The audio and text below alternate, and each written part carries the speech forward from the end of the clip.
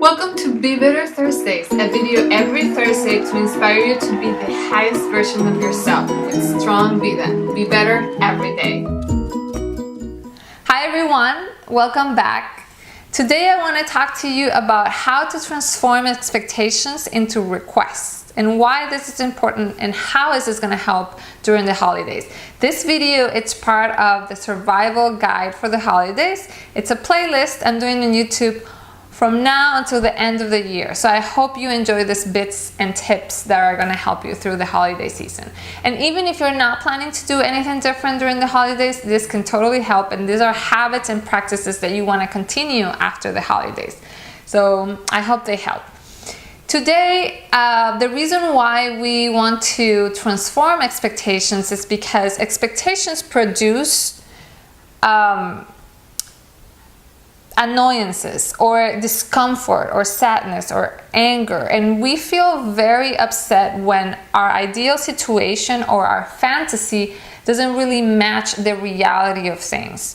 So when that expectation is not met, when we think people are not doing what they should do, whether this is your son, your children, your daughter, your parents, your significant other, your friend, whomever it is that you feel it's not doing what you think they should do, they're not doing what is correct, it makes you feel frustrated and it bothers you and it feels like it's stopping you from doing or being who you want to be. And so this is why we want to deal with it, because it's not really helping us in any way to feel happy, to be fulfilled. And so why are requests better than feeling expectations? And by the way, the fact that you're transforming them into requests doesn't really mean that you're approving of people. It doesn't really mean you agree with what they're doing. What it means is this practice is going to allow you to bring more mindfulness into who you want to be and act more accordingly into who you want to be, more balanced and more in integrity of who you are. Okay? Therefore, new qualities are going to burst inside of you, or at least try to pick out, and a lot of things could be healed and you can transform yourself into being a better being. So why not, right? The holidays are perfect for this because there's always somebody that will, press that button for you. There's always somebody in your family dynamic, or maybe in your friendship or in your job, that makes you really annoyed, that makes you really mad, that just literally don't meet the expectations of what you think they should do. Okay, so the difference between expectations and requests is that when you request, you are keeping your power, meaning you're not giving away your power, meaning whatever the answer to the request is, you will still be who you are and you are not attached to the answer. So regardless of what this person does, your happiness does not depend on what they're doing. Your happiness does not depend on what they're doing. I'm going to repeat that one more time. Your happiness does not depend on what they're doing or not doing. Versus when you're expecting, the moment the person does not meet the expectation or the situation doesn't happen accordingly to your expectation, you're immediately taking away the power of being happy or staying within your center in balance or in integrity. Okay? So first you have to bring mindfulness to the situation and really be clear about how the opinion that you have about the situation is what's causing the problem, not the person. The person, it's only the messenger. It's working as the master, the teacher for you to get this lesson. So if you can do that division in your head and you can really see that person as the messenger, then you're one step forward.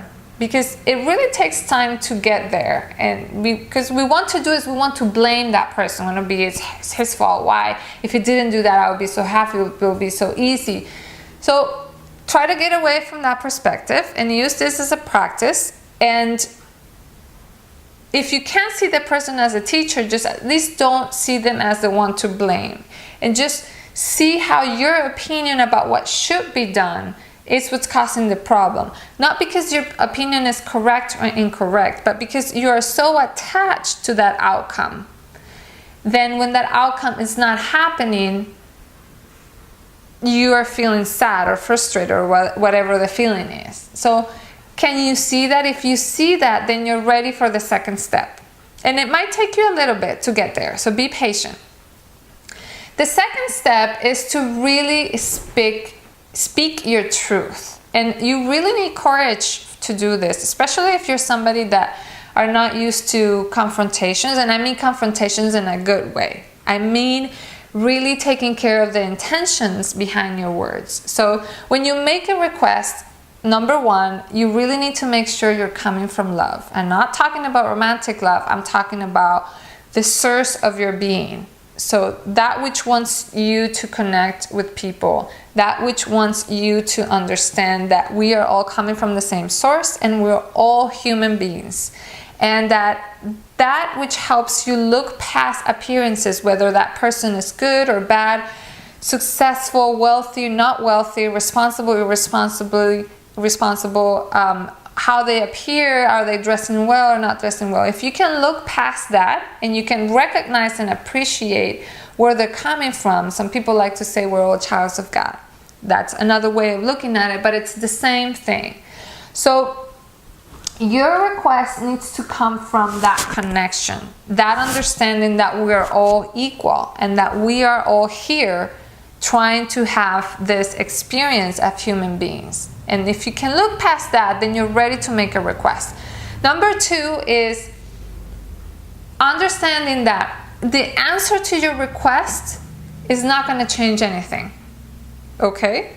The real reason why you're making the request is that you can practice standing in your truth and that you can open the windows for people to see who you are. Because when you show your vulnerability, you are really showing the intentions of how you want to connect with others. And this takes a lot of courage. It actually takes a lot much courage to amend and be okay with conflict than to just stay in that lower energy of judging in your head.